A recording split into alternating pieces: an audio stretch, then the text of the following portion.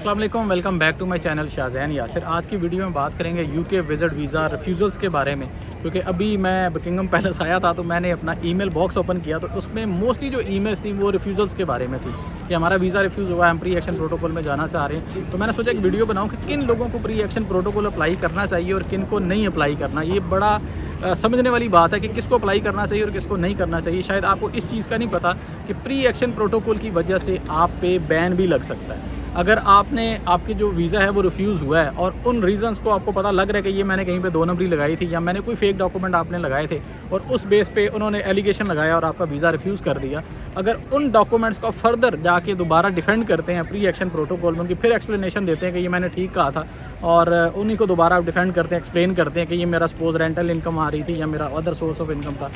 इन सारे डॉक्यूमेंट्स को अगर आप डिफेंड करने की कोशिश करते हैं तो इस चीज़ की वजह से आप पे बैन भी लग सकता है। तो प्री एक्शन प्रोटोकॉल किन को अप्लाई करना चाहिए, बहुत सिंपल फार्मूला है। पहले भी मैंने एक वीडियो बनाई थी प्री एक्शन प्रोटोकॉल के बारे में।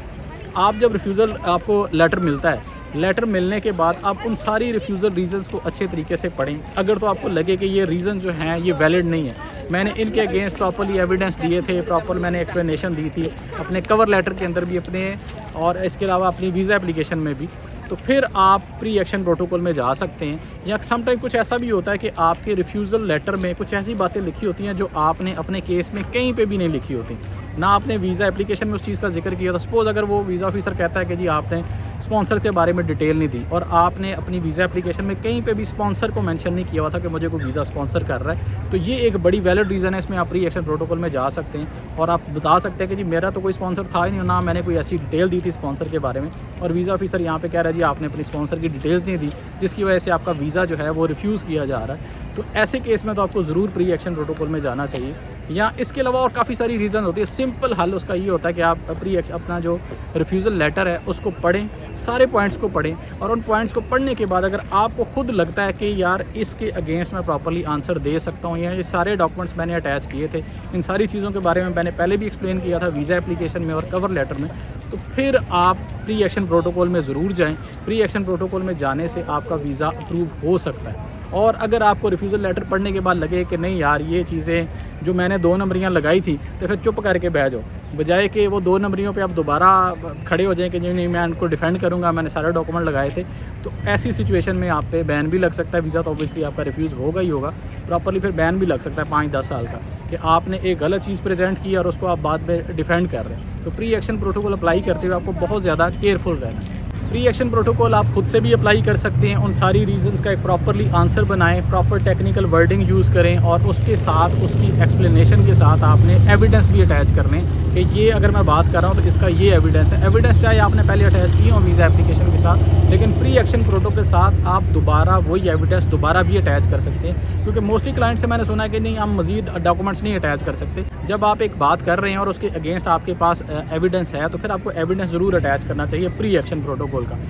बाकी प्री एक्शन प्रोटोकॉल की कोई फ़ीस नहीं होती, जस्ट आपने यूके होम ऑफिस को ईमेल करनी होती है और ईमेल का आंसर जो है विद इन 14 डेज़ आपको मिल जाता है कि प्री एक्शन प्रोटोकॉल आपका एक्सेप्ट हुआ है या रिजेक्ट हुआ है। 14 डेज़ में 2 तरह के आंसर आते हैं। 14 डेज़ में या तो आपका pre action protocol totally refuse कर दिया जाता है, सेकेंडली ये होता है कि आपका प्री एक्शन प्रोटोकॉल एक्सेप्ट किया जाता है और आपके केस को रिकन्सिडर किया जाता है। रिकन्सिडरेशन का जो टाइम है वो एटलीस्ट 90 डेज़ है, 90 दिन के अंदर आपको आंसर मिलता है। लेकिन ज़रूरी नहीं है कि वो 90 डेज़ पूरे करें, सम टाइम वो आंसर जल्दी भी मिल जाता है, विद इन अ मंथ भी आपको आंसर मिल जाता है, विद इन 2 मंथ्स भी मिल जाता है, लेकिन मैक्सिमम वो 90 डेज़ तक जाता है। 90 डेज़ के अंदर आपको 2 तरह के फिर डिसीजन मिल सकते हैं। अगर आपका वीज़ा अप्रूव होना हो तो फिर आपको ईमेल आती है पासपोर्ट रीसबमिशन की कि आप अपना पासपोर्ट दोबारा जमा करवाएं ताकि उसके ऊपर वीज़ा का स्टिकर लगाया जा सके।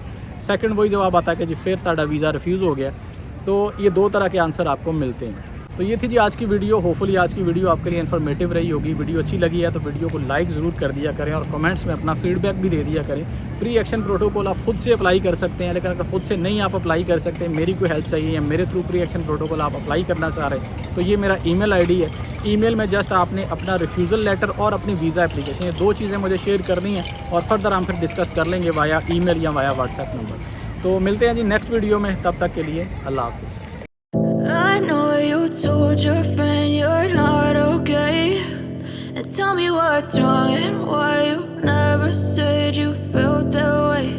And guess Guess you're trying to stay strong and fake a smile until I look away. But I've known you too long, it hurts to watch your blue eyes fade to gray as you fade away, as you fade away.